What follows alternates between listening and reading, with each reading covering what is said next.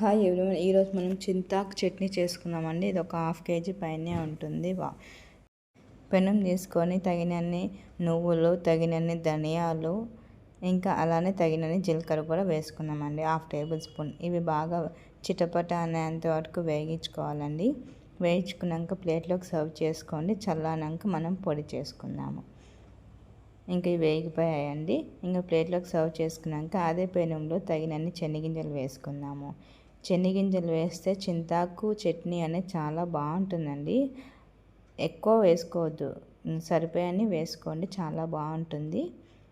చూడండి, ఈ విధంగా గోల్డెన్ బ్రౌన్ వచ్చేంత వరకు వేయించుకోవాలి. వేయించుకొని చల్లారినాక పొట్టు తీసుకొని పక్కన గిన్నెలో సర్వ్ చేసుకోవాలండి. మనం శనగింజలు రెడీగా పెట్టుకోవాలి చట్నీ చేసుకోనికే.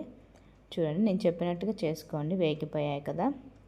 ఇంకా అదే పెనంలో తగినంత నూనె వేసుకోవాలండి. 1 టేబుల్ స్పూన్ నూనె వేసుకొని పచ్చిమిరపకాయలు 7 నుంచి 8 వరకు వేసుకోవాలండి. ఇవి కారం ఎక్కువగా ఉంటాయి కాబట్టి 7 నుంచి 8 వేస్తున్నాను. తక్కువగా ఉంటే ఒక 10 నుంచి 12 వరకు వేసుకోవాలండి పచ్చిమిరపకాయలు. మీడియం ఫ్లేమ్లో పెట్టుకొని చిటపట్ట అంటాయండి, జాగ్రత్త. కావాలంటే మీరు మూత పెట్టైనా వేయించుకోవచ్చు. చూడండి, వేగిపోయాయి. ఇంకా ప్లేట్లోకి సర్వ్ చేసుకోండి. ఇంకా అదే పెనంలో మనము ఒక 2 టమాటాలు సన్నగా కట్ చేసుకోవాలండి. నూనె వేయద్దు మళ్ళీ, ఎందుకంటే పచ్చిమిరపకాయలు వేస్తాం కదా, వేగనీకి అదే నూనె సరిపోతుంది. ఇంక ఈ టమాటాలు బాగా వేయించుకోవాలండి. ఇంకా తెల్లగడ్డలు ఒక 2 నుంచి 3 పొట్టు తీసి కానీ తీయకుండా అయినా తెల్లగడ్డ వేసుకోవచ్చు. ఇంక ఇప్పుడు మనం చిటికెడంతా పసుపు వేసుకుందాము. ఇంక ఇవి బాగా వేగిన తర్వాత మనం తెల్లగడ్డలు చెప్పాను కదా, 2 నుంచి 3 వరకు వేసుకోవాలని. తెల్లగడ్డ ఆయిల్లో వేగితే ఫ్లేవర్ బాగుంటుందని నేను ఇప్పుడే వేస్తున్నానండి.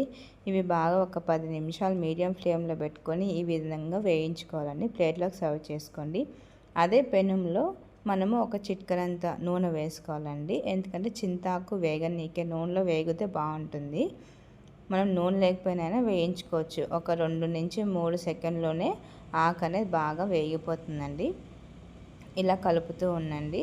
ఒక 5 నుంచి 10 నిమిషాలు మీడియం ఫ్లేమ్లో పెట్టుకొని కలపండి. హై ఫ్లేమ్లో పెట్టుకొని కలపకండి, ఆకు అనేది మాడిపోతుంది. ఇంకా కావాలంటే మూత పెట్టుకోండి ఒక 10 నిమిషాలు మీడియం ఫ్లేమ్లో. చూడండి, మూత పెట్టాం కాబట్టి కొంచెం వేగుతుంది ఆకు అనేది.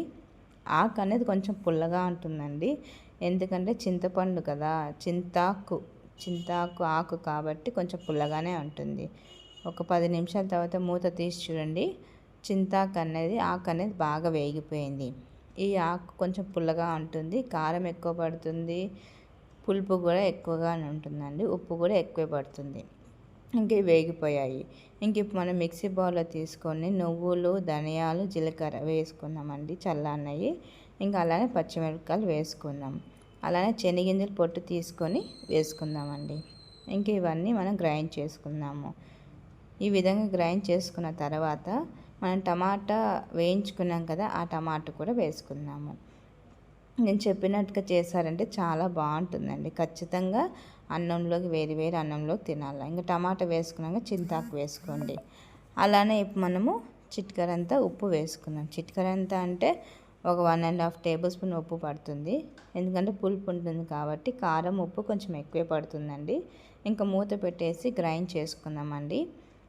ఈ విధంగా గ్రైండ్ చేసుకున్నాక పోపు ఖచ్చితంగా వేసుకోవాలండి. పోపు లేకుండా బాగుండదు. ఇంక ఇప్పుడు మనం పోపుకి రెడీ చేసుకుందాము. ఇంక మనం పెనం పెట్టుకొని తగినని 1.5 టేబుల్ స్పూన్ ఆయిల్ వేసుకుందాము. అలానే పోపు గింజలు కూడా వేసుకుందామండి. చిటికెడంత ఆవాలు వేసుకుందాము, చిటికెడంత జీలకర్ర కూడా వేసుకుందాము. జీలకర్ర మనం వేయించుకున్నాం కదా ఫస్ట్లోనే. ఇంకా 1 నుంచి 2 వరకు ఆనియన్ ఇలా సన్నగా కట్ చేసుకొని వేసుకున్నారంటే బాగా వేగిపోతుంది, తినేటప్పుడు కూడా బాగుంటుంది. చిటికెడంత కరివేపాకు కూడా వేసుకోండి. మీ దగ్గర ఉంటే కొత్తిమీర కూడా వేసుకోవచ్చు. ఈ విధంగా ఫ్రై చేసుకోవాలి. గోల్డెన్ బ్రౌన్ వచ్చేంత వరకు వేయించుకున్నారంటే ఆనియన్స్ అనేది బాగుంటుందండి. చూడండి, ఈ విధంగా బాగా వేగిపోయాయి. ఇంక ఇప్పుడు మనము ఏదైతే గ్రైండ్ చేసామో చింతాకు, టమాటా ఇవన్నీ అది మనం వేసుకుందామండి. మీడియం ఫ్లేమ్లో పెట్టుకొని బాగా వేయించుకున్నారంటే 2-3 రోజుల వరకు ఇది చెడిపోదండి. చాలా బాగుంటుంది. ఫ్రిడ్జ్లో పెట్టుకుని అయినా తినచ్చు. ఇప్పుడు సమ్మర్ కాబట్టి కొంచెం ఫ్రిడ్జ్లో పెట్టుకోవచ్చు. అదే వర్షాకాలం చలికాలం అయితే వారం రోజులైనా ఉంటుందండి. ఉప్పు కారం సరిపోయలేవో చూసుకున్నా కొలతలతో అయితే సరిపోయిందండి. ఎంతో రుచికరమైన చింతాకు చట్నీ అండి. ఈ విధంగా చేసుకున్నానంటే చాలా అంటే చాలా బాగుంటుంది. అన్నంలోకైనా చపాతీలోకైనా దేంట్లోకైనా బాగుంటుంది. పుల్ల పుల్లగా కారం కారంగా ఉంటుందండి. నా కొలతలతో అయితే సరిపోయిందండి. సూపర్గా ఉంది. ఖచ్చితంగా ట్రై చేయండి. అందరికీ లైక్ చేయండి, సబ్స్క్రైబ్ చేయండి, షేర్ చేయండి. ఇంకా మనము సర్వింగ్ బౌల్లోకి తీసుకున్నానండి. వేగిపోయింది ఆయిల్లో చింతాకు చట్నీ. ఎంతో రుచికరమైన చింతాకు చట్నీ అండి. ఖచ్చితంగా ట్రై చేయండి. వేరు వేరు అన్నంలోకి చపాతీలోకి తిని మా కామెంట్ రూపంలో చెప్పండి అండి. Thanks for watching everyone.